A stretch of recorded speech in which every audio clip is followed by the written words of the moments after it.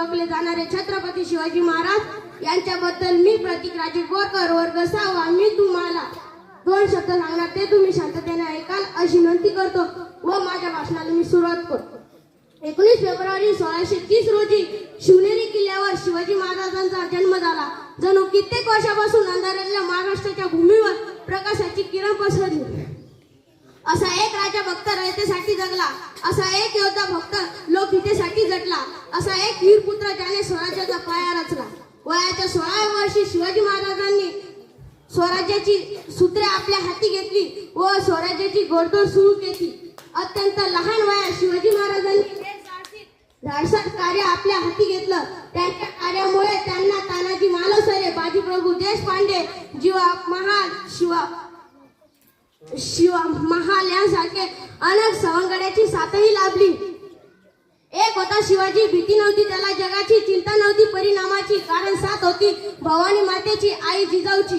शिवछत्रपती म्हणजे मनगटातील बळ, शिवछत्रपती म्हणजे तलवारीची धार, शिवछत्रपती म्हणजे छातीवरचा वार, शिवछत्रपती म्हणजे मनगटातील धैर्य, शिवछत्रपती म्हणजे सह्याद्रीचा शौर्य, शिवछत्रपती म्हणजे जिजाऊचा पुत्र, शिवछत्रपती म्हणजे एक व्यक्ती नसून एक विचार. 18 पगड जातीतील मावळ्यांना एकत्र घेऊन शिवरायांनी हिंदवी स्वराज्य स्थापन केले.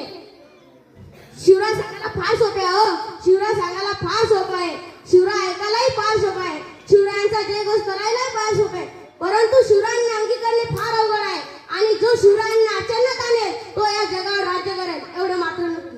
रुद्राचा तो अवतार होता, वाघाचा ठसा होता, रुद्राचा अवतार तो वाघाचा ठसा होता. विचारा त्या सह्याद्रीला माझा शुभ कसा होता, माझा राजा कसा होता. राजा तुम्ही कशी सांभाळली प्रजा आणि जिजाऊची आण, राजा तुम्ही कशी सांभाळली प्रजा आणि जिजाऊची आण. आम्ही म्हणतोय आम्ही दोन, आमचे दोन, आमचा बनतोय चौकोन, चौकोनातले गेले दोन, उरलेल्यांना आधार कोण. ही परिस्थिती या महाराष्ट्रात झाली. राजा तुमच्या आई बहिणीच्या आबरू लुटले, त्या पाटलाचे हातपाय कलम करून चौरंग केलाय, परंतु आजच्या आईबांच्या संरक्षणासाठी आम्ही आमच्यातच कळवळ्यांची शोधाशोध करतो. आज आम्हाला हेच कळत नाही. आज आमचा महाराष्ट्र बदललाय की आमच्या महाराष्ट्रातील माणसं. कसा होता महाराष्ट्र, कसा होता महाराष्ट्र, संतांच्या अभंगातून भरलेला होता महाराष्ट्र. जेथे आम्हाला अभंग ऐकायला मिळत, तिथे आम्हाला गाणे ऐकायला मिळतात.